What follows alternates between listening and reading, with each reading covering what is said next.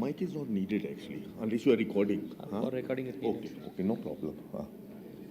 Voice thoda loud hai. Pointer.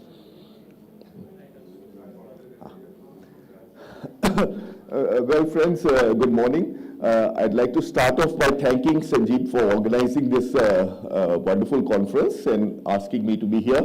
It's really nice to sort of be able to attend all these talks. I've got a long-standing interest in the problem of phase separation in passive systems, so the usual kind of binary phase separation. This is a sort of new direction active matter has taken, looking at the kinetics of phase separation. And that's what I'm going to focus on today. But I'll just sort of make reference to earlier sort of results on phase separation in passive systems also. Okay, so here's an overview of my talk. I'll start off with an introduction in part A. In part B, I'll tell you the models of phase separation kinetics. First, I'll talk about passive phase separation, and then I'll talk about active phase separation. Part C is the bulk of my talk, where I'll talk of the kinetics of active phase separation.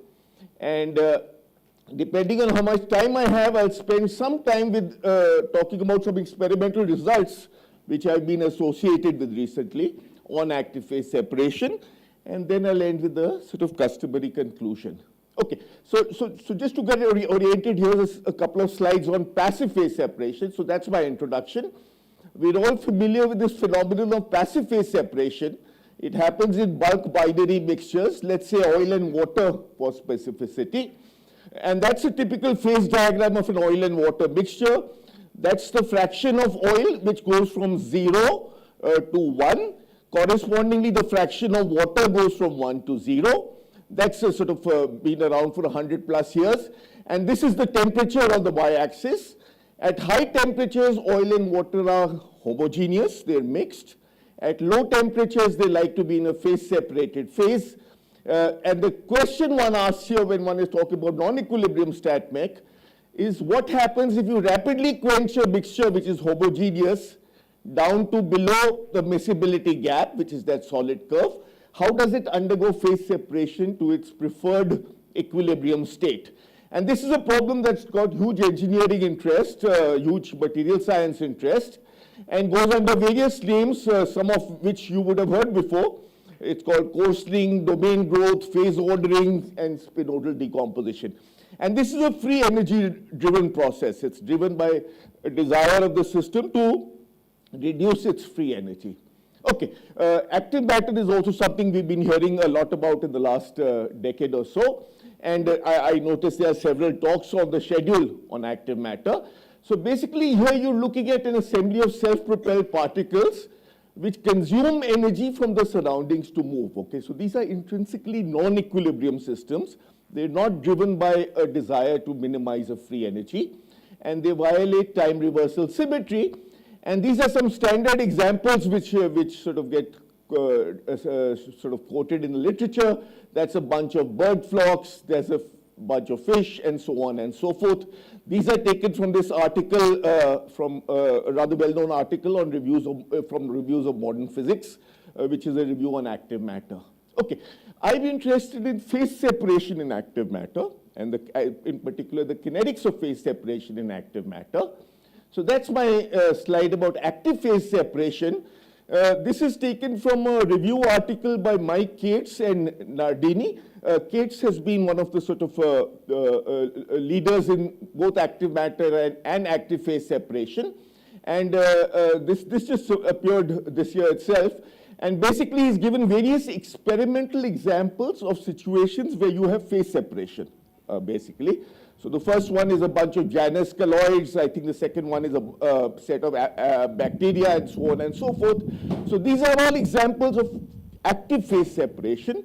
These are non-equilibrium systems. They don't relax to an equilibrium and can either go all the way to complete phase separation or can end up in a microphase separated state where there's a sort of selected length scale basically. So that's the sort of problems I'm going to look at. Let's move down to model B. How does one sort of model these phase separation phenomena? Again, let me start by talking about passive phase separation. This is described by this very well-known model B or the Kahn-Hilliard equation. So model B is the nomenclature which was given by Halperin and Hohenberg, where they first looked at this model in the context of critical dynamics. And this is a minimal model for a phenomenon with one conserved order parameter, basically. So that's model B. How does one write down model B? Because you have a conservation law, you write down some kind of continuity equation. I'll sort of take off from this when I write down the active models. So that's your continuity equation for the order parameter, which is just, let's say, the density difference between the two species. The current is some gradient of a chemical potential. It's driven to equilibrium. And there's a noise term out there. And if you sort of plug in this typical Landau free energy in here, you get the following equation, which I've written in dimensionless units. You can get rid of all the parameters by working in right time scales and length scales. And you have this well-known Kahn-Hilliard or model B equation. I'll call it model B subsequently because that's appropriate in the active context. Okay. So basically, the dynamics of this model is as follows. You start off in a homogeneous phase. You start off the system with a homogeneous phase, and then you sort of rapidly quench it so that it's unstable to phase separation by that term of the Landau free energy. So the dynamics is basically starting off with an order parameter up there, which is a local minima, and sliding down to two symmetric local minima, and at the same time conserving the order parameter, conserving the integral of psi. So this is actually not a very straightforward equation, though it's sort of simple enough to write down. Okay, that's going to be the basis for my discussion of what's called active model B. And active model B was written down in sort of two stages, again by the groups of Mike Cates et al. So first they had something called an active model B.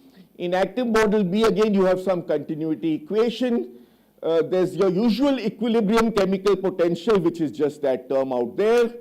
And then they add on a non-equilibrium chemical potential. It's still obtained as a derivative, but it's no longer derivable from a free energy. So you're still writing out a gradient of a current, but there's no sort of free energy that you can derive it from.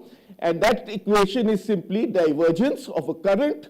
The current is this equilibrium chemical potential plus, as they call it, a non-equilibrium chemical potential. So that's active model B.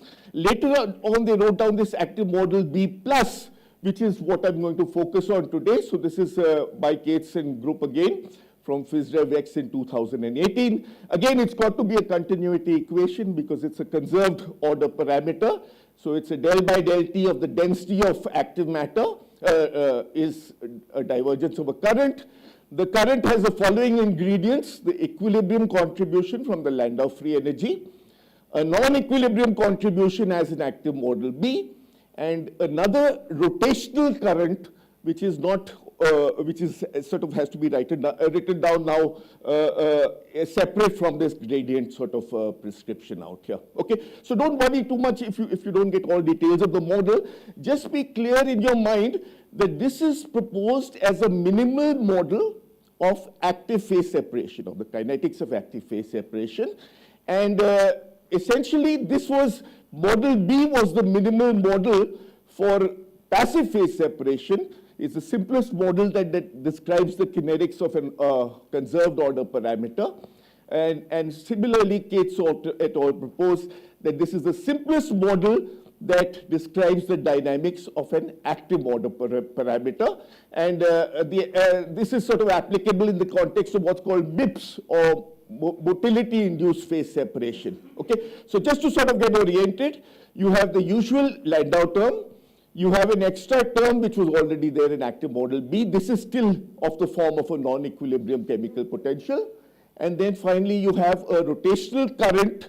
So there are two parameters, lambda and xi, which I'm going to sort of vary subsequently. And these two terms are all terms that can break time reversal symmetry at this higher order. So that's why it's claimed to be a minimal model. Yes? Yeah. So for MIPS, what people say that there is no interaction. But PsyQ term actually talks of interaction. No? Yeah, so they start off with a microscopic model and then it's sort of, yeah, I mean, we can discuss that point later. This is a coarse-grained version of a microscopic model without interaction, basically. Okay, so that's active model B, and I have two parameters, lambda, which is the strength of this non-equilibrium chemical potential, and xi, which is the strength of this rotational current. Okay, so that brings me to part C of my talk, which is sort of the bulk of my talk. The kinetics of active phase separation. Again, I want to sort of remind you of passive phase separation because we'll use this as reference for active phase separation.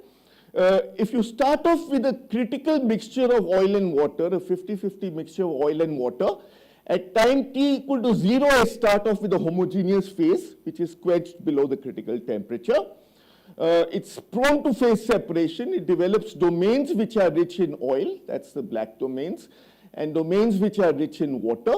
These domains grow and grow and grow, and finally at some point the phase separation is complete into a 50-50 sort of blob of oil and 50-50 blob of water. Now this problem has proven hugely interesting, as I said, in both physics and engineering applications. The phase separation is driven by the desire of the system to get rid of its interfaces. The second is the sort of key point. The composition is conserved during the evolution, which basically says that at every time in this evolution, you have to conserve the 50-50 composition. And that means you can't get rid of this droplet. You have to evaporate it, transport it elsewhere, and deposit it on a larger droplet. So the drive for phase separation is that smaller droplets have higher chemical potential. They get eaten by larger droplets, which get in turn eaten by larger droplets, and so on and so forth. Okay.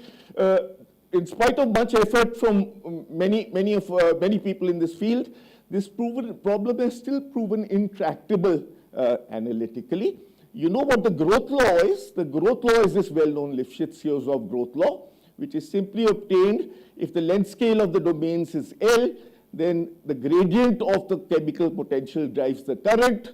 The chemical potential is just sigma by L, where sigma is the surface tension, and 1 over L is the sort of scale of the gradient. So if you integrate that up, you get the Lifshitz-Yosov growth law, which has been very sort of widely addressed in this problems. And one is now going to ask what is the counterpart of the growth law in the active systems. Okay, why one is not able to actually solve for the dynamics of these interfaces is because the interfaces are strongly correlated. For example, if you try, in what's called the non-conserved case, we've had considerable success with interface dynamics in terms of treating these problems. In model B, if you try to write down the velocity at a point on the interface, that depends not only on the curvature at that point, but the curvature everywhere else in the system. So it's actually an integral equation of the velocity at one point is dictated by the curvature everywhere else, because you have to sort of conserve the order parameter, and that problem has proven intractable so far, okay? Except in the Lifshitz-Yosov limit, where you have a vanishing fraction of one of the components and majority of the other, okay? Nevertheless, you can make some statements about the correlation function of the order parameter out here, and the simple statement simply is that the sharp interfaces yield Porod's law. The Porod's law is the statement of the structure factor, which is the Fourier transform of the correlation function. The structure factor goes at large wave vector as k raised to power minus dimensionality plus 1. This is just a consequence of scattering of sharp interfaces, and because you have sharp interfaces between these oil-water rich regions, that's what gives rise to the Porod's law. Okay. Of course, there's no reason why you should consider a 50-50 mixture. You can consider an asymmetric mixture. So in an asymmetric mixture, again, you start off with a homogeneous mix of oil and water. Oil is a minority phase. There's 30% oil. So you develop droplets of oil in a matrix of water. They grow, and finally the droplets sort of eat smaller droplets and get eaten by larger droplets, and so on and so forth. This is a well-known process of Ostwald ripening, and Ostwald ripening has an associated growth law of t raised to power 1/3, which is the case for passive phase separation. Okay, now if one wants to make analytic headway on these problems, how does one sort of go about it? As I said, the nonlinear equations are not analytically tractable. You can maybe solve them in particular low dimensionality and so on and so forth in one dimension. Actually, you can't even solve them in one dimension. But if you want to sort of make some analytic headway, what you do is basically you go back to the model B, which is just this equation out here, grad squared of a chemical potential. You look for the zero current solution. And actually the zero current solution is just the gradient of this equal to 0, is also the zero chemical potential solution. So you look for the zero chemical potential solution. That's because of the symmetry of the Landau potential. And this is actually a fairly simple equation to solve. You get a kink solution, which is a phase that the phase goes from -1 rich to +1 rich over a small window, okay? Or you get an anti-kink solution where you go from +1 rich over a small region to -1, okay? And if you try to go back to your original dynamics, you would capture this, you would assume that the locally it's sort of an equilibrium interface, and this curvature is what's giving rise to the dynamics, and try to write down sort of the corresponding equation for the dynamics of the order parameter, okay? So that's the sort of story on passive model B. What about active model B? That's what I'm interested in today. So this is work we've been doing over the last couple of years. Let me recall what the active model B is. The active model B is del by del T psi, where psi is the order parameter, which measures the density of the active species, is just equal to the gradient of a current. The current has an equilibrium chemical potential, that's just the Landau bit. It has a non-equilibrium chemical potential, which is this first term that Mike Cates and company wrote down. And then it has a rotational current, which is out there. The first observation is that it's active model B, and that's the equation we're going to focus on. This active model B is invariant under the reflection lambda psi going to minus lambda minus psi minus psi, okay? And this invariance is nice, of course, because it tells you that you only have to look in 2 quadrants of lambda psi space to capture the dynamics.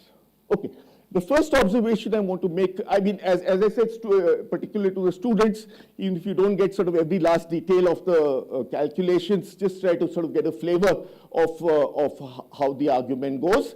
And the talk and references will be available online, basically. Okay, so the first thing is, exactly as you did in passive model B, you look for a static zero current solution, okay? So you just write down the zero current solution, which is basically writing this equal to 0 in one dimension. That's, well, that sort of equation out there. And in one dimension, this term, the rotational term, is just the same as the non-equilibrium chemical potential. So it just combines to give lambda minus xi by 2 of that term. So if you can integrate this up once in a straightforward manner, and you find that the kink solution obeys that equal to some non-equilibrium chemical potential, and I name this parameter alpha as lambda minus xi by 2, okay? You can also, okay, so just to refresh your minds, in passive model B, this term was absent.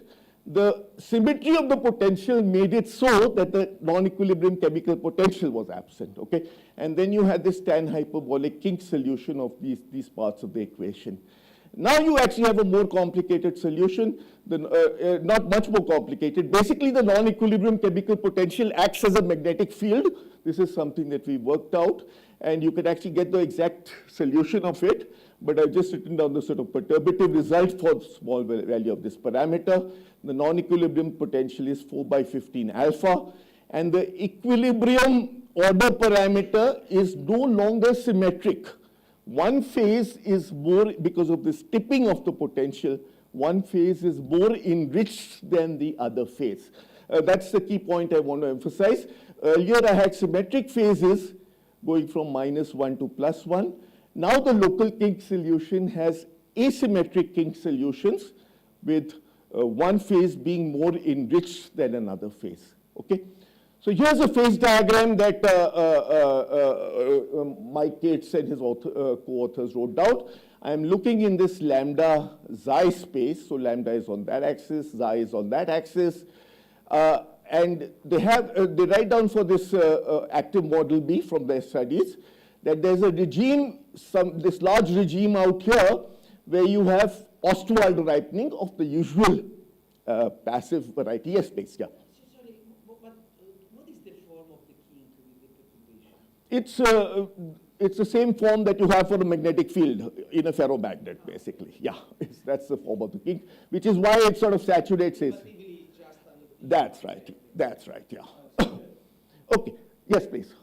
Lambda and xi, they are not independent. I mean, alpha is the essentially. No, please. Lambda and xi are independent. It's only for the one-dimensional solution, kink solution, that they collapse into one variable, lambda minus xi by 2. Sorry? Fluctuation level. Yeah. Yeah, if you have curved interfaces, they come back into operation. And as a matter of fact, they are fundamentally different because this is curl-free and this is a rotational current in the system, as a matter of fact. Okay, so here's the phase diagram of Cates and company on the lambda xi axis. This is from their PhysRevX paper. You have a large central region where you have usual Ostwald ripening, which is of the kind that larger droplets eat smaller droplets. You then have sort of two regions out here where you have something called reverse Ostwald ripening. Here you have an effective surface tension that becomes negative. And here interesting, well, actually in both regions interesting physics is going to arise. But here in particular, large droplets get eaten by smaller droplets. So it's just a reverse of usual phase separation, okay? And that's why they call it reverse Ostwald ripening. For the moment, I'm going to focus on lambda equal to 0. So I'm going to set this non-equilibrium chemical potential term equal to 0, basically. And I'm just going to focus on the case with the rotational current. I'll let xi focus out here. So for the moment, I'm just going to focus on the regime with Ostwald ripening, usual Ostwald ripening. So here's a sort of largish picture, which I'll spend a few minutes on, of Ostwald ripening in the active model B. You start off with, let me sort of just reference the model B, which is the passive case. You start off with a homogeneous mix. You phase separate into regions which are rich in oil and water. And as you go on, you continue to phase separate. You have this bicontinuous morphology because you have a 50-50 composition of the phase separating mixture. And this goes on as t raised to power 1/3 until it finally forms one blob of A and one blob of B. That's the usual phase separation problem. Now you turn on the active term. You start off with a homogeneous mixture again of, let's say, an active species and a solvent of some kind. You start to phase separate into this bicontinuous structure, continues to be bicontinuous, and then finally, once the kinks start to be well established, remember one kink is richer than the other kink, so even if you have a 50-50 composition, you get a smaller area of one phase than of the other phase. Okay, so even in the so-called bicontinuous 50-50 critical quench, you have droplet morphology, and that then coarsens to infinity because the Ostwald ripening continues. So these are the result of the deterministic simulation. Sorry? These are the results. So you start with a random initial condition, you do deterministic. That's right, yeah. Just as one solves the Kahn-Hilliard equation, similarly one solves this, yes. Yes? I mean, from the interfaces, it appears the surface tension is very strong, and that probably is coming from the passive consideration. So then it is 1/3 is kind of expected. Yeah, so I'll get to that. I'll get to the growth law in a minute. As you turn on xi more and more, you more quickly cross over to this droplet type phase because, as I said, one domain is richer than the other, and you continue to coarsen forever. What are the growth laws that characterize this phase separation, the kinetics of active phase separation? So here's a picture of the growth law, again from our simulations, as a function of time on a log-log axis. This black line out here is simply the passive model B, okay? And as you can see, it obeys a nice 1/3 phase separation all the way through the time window we consider. If you want to sort of emphasize that point, you can look at the effective exponent. That is just the local slope of this growth law. And you find that the local slope, the effective exponent, fluctuates around the Lifshitz-Sleozov value, which is 1/3, okay? Now you turn on activity. Let's focus, for example, on xi equal to -1, which is this particular orangish line. You have initially a 1/3 growth regime, which crosses over to a slower growth compatible with 1/4 growth, as a matter of fact, okay? So if you look at the effective exponent with time, that's the plot out here for that corresponding value of xi, you fluctuate around 1/3, the Lifshitz-Sleozov value, cross over to a slower growth, which is 1/4, okay? And if you turn on the more activity, the crossover is faster, but asymptotically the growth law is 1/4 rather than 1/3. And I'm going to sort of argue the physics reason for this in a couple of minutes, okay? So this is a fundamental difference from, I should say there's been a lot of experiments on active phase separation, but there's been a lot of controversy about the growth law that characterizes this active phase separation, okay? So we are now claiming that it's 1/4. There was some discussion with Mike Cates about this earlier. He was not convinced, but I believe he's convinced now that the asymptotic growth law is 1/4, okay? Why is this asymptotic growth law 1/4? Well, the asymptotic growth law is 1/4 for the following physics reason. Let's look at the current around the droplets, okay? So that's sort of, it's rather a busy slide, but let me just sort of focus on a sub-portion of it. Again, this is the sort of passive case, and let's look at the snapshot at 10 raised to power 5, okay? So that's this set of snapshots out here, basically. In the passive case, I've color shaded these according to the value of the current. The yellow regions are the lowest current and the green regions are the largest current. So if you plot the profile variation of the current, you find that there's a small current everywhere and there's no particular sort of action, so to say, at the interfaces, okay? However, once you turn on the activity, you have these droplet type of morphologies. The green, which is the high current regions, are peaked at the interfaces. And you find, if you plot the order parameter, the current along that section, you find that the current is very sharply concentrated on the surface.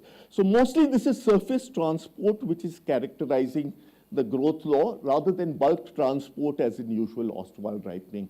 Okay, I just want to make one more point in this context. I'll take you directly to this picture. We focused on the droplet marked X. We find that the structure of this current is that it has these sort of small current loops basically dressing the droplet which is coarsening. So there's literally no transport in the droplet. What's happening is that the active matter is moving around in these loops and then finally sort of crossing over to another loop. So it's sort of doing a systematic ballistic motion along the interface and doing your usual random walk perpendicular to the interface. How does that lead to a T raised to 1/4 growth law?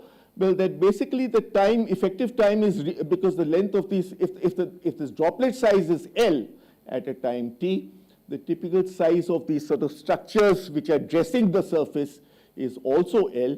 So every time the active particle wants to move to another droplet, it's got to do this tortuous transition by rotating around and then finally sort of crossing over to a droplet with higher chemical potential. So that actually renormalizes the time. The T effective that you're looking at is T by L, where L is the scale of these loops. And then if you just plug in the usual Lifshitz-Sleozov growth law in the effective time, you find actually that the growth law is T raised to power 1/4, which is consistent with our numerics, basically. Okay, I want to connect back to a very sort of old paper we wrote many years ago with Alan Bray and Lebowitz.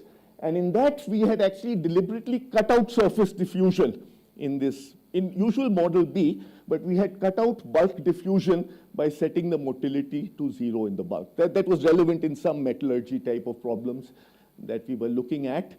Again, the transport was only along the interfaces, and this interface transport was more tortuous, and again gave the same growth law t raised to power 1/4 in this slightly different context of zero mobility in the bulk.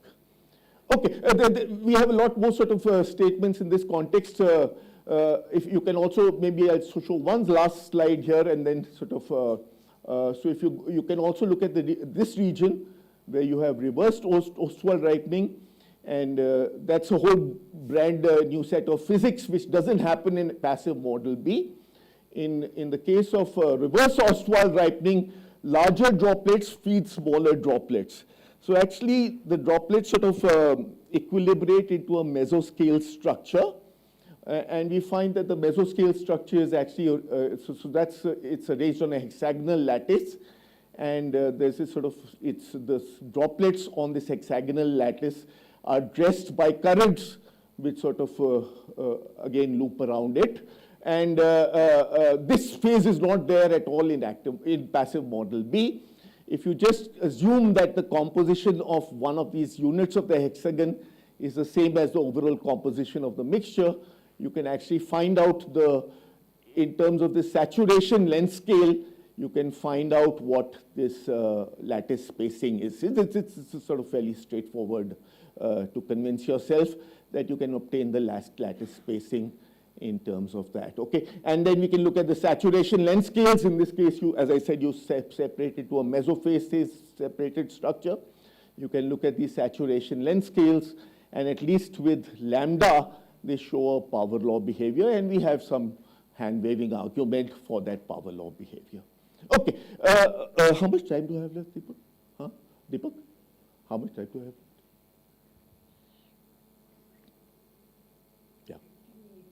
Oh, okay, okay. So in that case, yeah. So then let me then just come to part D of my talk, which is some experimental results we've recently been associated with.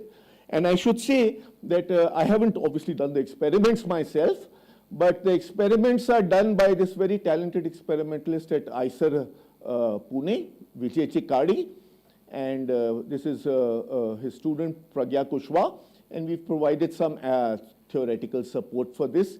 There's a preprint out on this subject, and they've submitted it to one of the Nature series, basically. Okay, so okay, I told you at the beginning that though there are this many experiments on active phase separation, there is a lack of clarity on what the kinetics of active phase separation is. Okay, I have claimed from our simulations of model B, active model B, and analytical argument that the growth law is t raised to power 1/4. Let's see what the experiments say. Okay.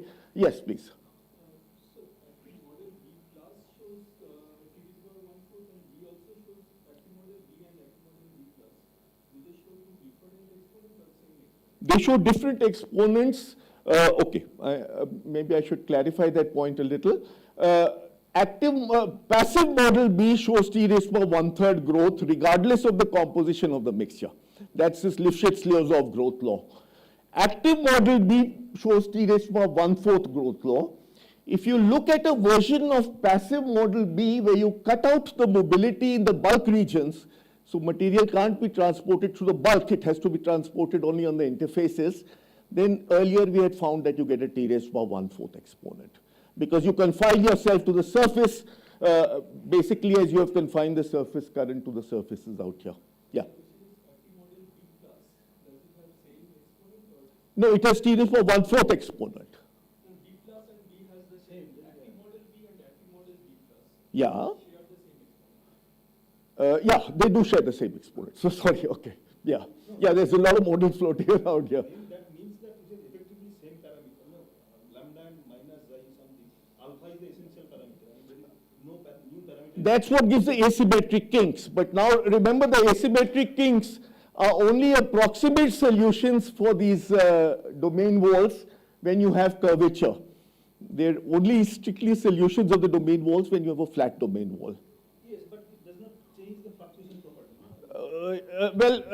Okay, we can, yeah, that's not quite correct. Yeah, okay. Okay, so the last bit, the last 10 minutes, I just want to focus on these experiments we've been associated with. And Vijay Chikadi and his group basically have looked at these colloidal particles. So they are passive particles in about 15 micrometers in a bath of E. coli. Many of these active matter experiments are done with E. coli. So the E. coli are a much smaller scale, and they sort of bouncing around and providing mobility to the passive particles. Okay, you start off with a homogeneous bunch of colloidal particles, put in the E. coli in that concentration. B0 is the unit I'm going to use for the concentration.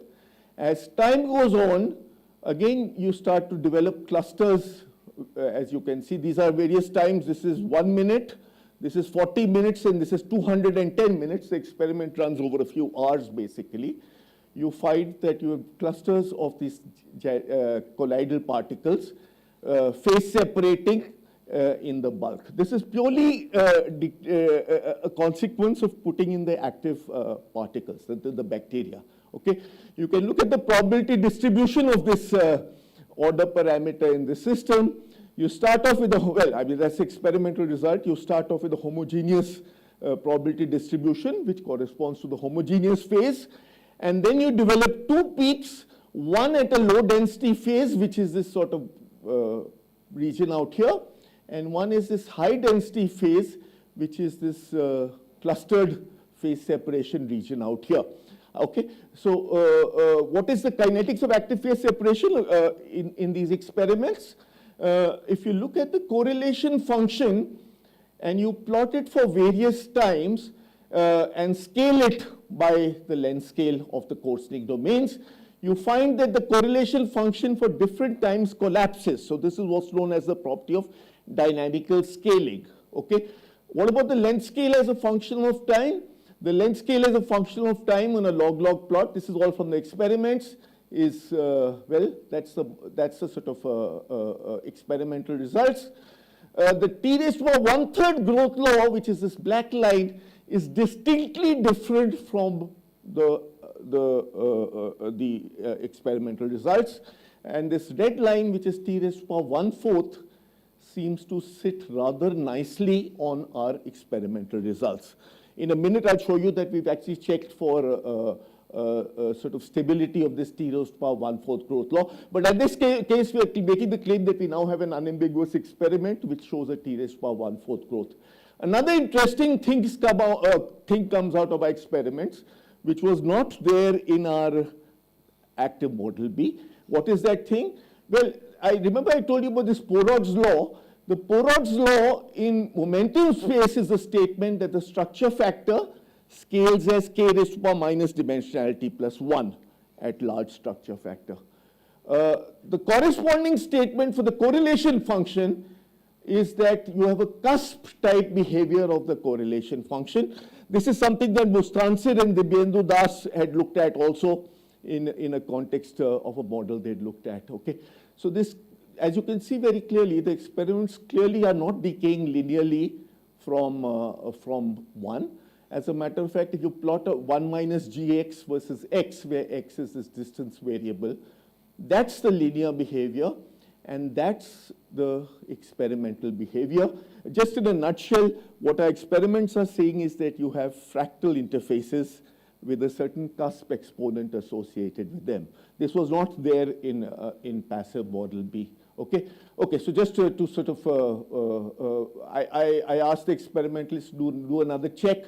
I asked them to do a box counting algorithm on the aggregates they are getting, and they find that you get a, so the slope of this cusp basically tells you the fractal exponent of the aggregate, and they find that their box counting algorithm gives them a dimensionality of the aggregate which is consistent with that which comes from the slope of the cusp, basically.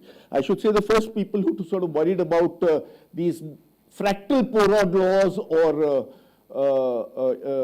non-sharp interface Porod laws were Bale and Schmidt some 20 years ago or so. So we are claiming that the experiments show that we have fractal aggregates rather than the smooth interfaces suggested by active model B. You can check on the robustness of this growth law. So here's different concentrations of bacteria and different concentrations of the colloids. And in each case, this black line is the T raised to power 1/3 Lifshitz-Liozov growth law. But we find that unambiguously our data sits on a T raised to power 1/4 growth law. So that's what our experiments are sort of suggesting to us. Okay. So I think that's a good place to end right now, and then maybe take a few more questions.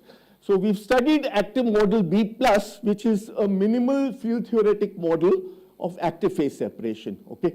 It puts two intrinsically non-equilibrium terms into the passive model B, and these give fundamentally new behavior. What is the fundamentally new behavior? For example, you can have macro scale phase separation. You separate all the way to infinity, which is usual Ostwald ripening. Or you can have micro scale phase separation, where you sort of form an array of droplets, basically. And they seem to form a hexagonal phase of some kind. Okay. The second difference we found is that when you have macro scale phase separation, you get a T raised to power 1/4 growth law in active matter rather than a T raised to power 1/3 growth law. And this is basically due to current loops on the interfaces, which make the transport of material more tortuous. It's confined to the interfaces, and the particles have to move along the interfaces in the sort of parallel to the local interface. Okay, I already said that microphase separation is characterized by the formation of a hexagonal lattice of droplets. And again, the last statement I made was that our experiments on colloids in bacterial baths, which is a manifestation of a simple form of active matter, show phase separation. One, the growth law is inconsistent with what I saw in active model B+, but we also have rough or fractal interfaces, which give rise to non-polar tails in the structure factor and cusp-like behaviors in the correlation function. Okay, and that's where I'll stop. Thank you.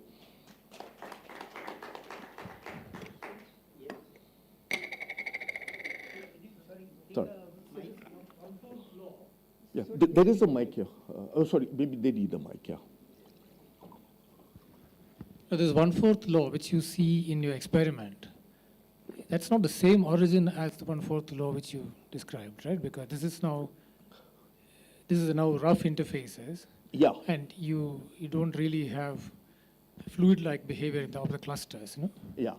Well, no, I mean, it's always a question of what scale it's on. Ultimately, you do have aggregates, right? And the interface is rough on some scale, basically. So in the larger sense, we haven't investigated the currents around the droplets, but on some scale, you could still have these current loops forming on the interfaces.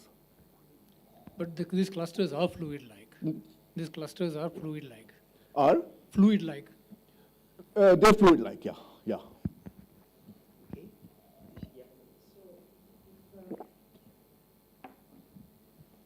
Yeah. So, oh, wow. If I remember correctly, I mean, the necessity of introducing model B+ was due to the fact that some structural properties of this micro-bubbling phase was not properly captured by model B+. Right. Yeah. By model B, active model B. A and B. So yeah. then needed to add A and B+. Yeah. So but then you said that the growth law is the same. But have you checked, for example, the statistics of the bubble size, things, more detailed properties of these of the coarsening? Okay, so I'm actually glad you asked that question because, so let's go back to, maybe I should go to my first slide. That's active model B, and it adds a non-equilibrium term into the chemical potential. The gradient of that gives the rise to the current, and then the current, of course, is what drives at A and B phase separation. In A and B+, this is a rotation-free current. It's the gradient of this quantity. So if you take the curl, it's 0 as a matter of fact. Whereas there were many experiments around showing that you have a rotational current also in these active systems. So that's when the second term came into the picture. the circulatory current basically. So now, I would say the complete model at this level, that's also what Landau expansion states, is one with a lambda term and one with a xi term, basically. Yeah. The growth exponent, you're correct, is t raised to power 1/4 in both cases. However, this guy does not have mesoscale phase separation. You don't freeze into this array of droplets on a lattice. Okay, that only happens in active model B plus. You can't have reverse Ostwald ripening in AMB, active model. Yeah, you don't have this region in active model. Okay, so but you could see these differences. Yeah. Okay. Usually for passive model B, as you mentioned, you can do the Lipschitz-Liouville in this small volume fraction limit analytically. Right. Did you try that for the active case? No, we haven't. Yeah. Okay. Yeah, we should possibly. Yeah, but it's. As you know, the paper of Lipschitz-Liouville is not very, very transparent. No, but Alan Bray's review is pretty good. That's true. That's true. Yeah. Alan mentioned that he interpreted Lipschitz-Liouville for the general audience. Yeah. So that's not something we've done so far, but certainly that's a direction we're going to go in. Yeah. So, at a if I want to write a microscopic model, if I just take run and tumble particles with some interaction, right, would that correspond to model B? B plus, I presume, yeah. If you coarse-grained it, yeah. If you coarse-grained it, you should end up with active model B plus, because as I said, this is the most general term with TRS terms at, that order, basically, okay? So in general, if you coarse-grain a microscopic model, you would, as in a Landau expansion, you basically write down all the terms at a certain level. That would be the corresponding thing to do at the active level. Yeah. And then you could obtain these lambda and xi. I think Mike Cates and company have written a paper where they've done this. You can obtain those in terms of the microscopic parameters of the model. So it's about the hydrodynamics in the experiments. Any influence of I do not know if any of the theoretical or experimental cases hydrodynamics. Yeah. Though you have your bacteria in a bath in the experiments, they tell me that hydrodynamics is not very major because the bath is very viscous. Okay, so the hydrodynamic modes essentially get eliminated. Okay. And the effective, this negative surface tension that you talk about, what does it mean? Well, it's because you have this sort of new parameter when you're looking for the equilibrium chemical, for the kink profile, you now have this asymmetric kink, and you have the possibility of negative surface tension in some parameter regime that comes directly out of the kink, as a matter of fact, yeah. So it means that the chemical potential is larger on small droplets, lesser on small droplets, and larger on big droplets, and hence the reverse Ostwald ripening. Okay, we will stop here, but I cannot resist asking this Please. question. So sometimes you say that there are bacteria, then you say the medium is very viscous. So are the bacteria important, or are the activity of the bacteria not important in these experiments of chicken? No, absolutely. Sorry, I didn't want to convey the impression. You don't have phase separation. If you have a passive medium, you don't put the bacteria and you don't have phase separation. So it's purely a consequence of the bacteria. It's making the diffusion constant bigger. Yeah. And you could, the diffusion constant actually goes to 0 if you don't have the bacteria. We believe it also gives a colored noise in the system. And the colored noise probably is what leads to the fractal interfaces. If you know that they're also chiral. The bacterial on surface, single bacteria in this experiment, they do chiral motion also. Yeah, that's right. Yeah. Okay, so let's